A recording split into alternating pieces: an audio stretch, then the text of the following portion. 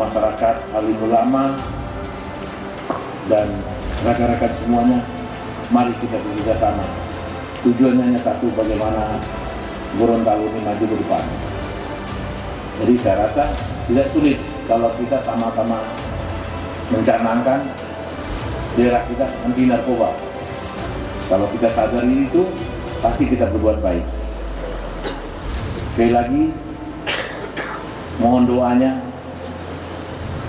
mohon keikhlasannya untuk membantu Polri dalam melaksanakan kegiatan kampung bebas narkoba atau bebas miras, kampung kita yang bersih, nyaman, sehat, seperti yang kita cita-citakan.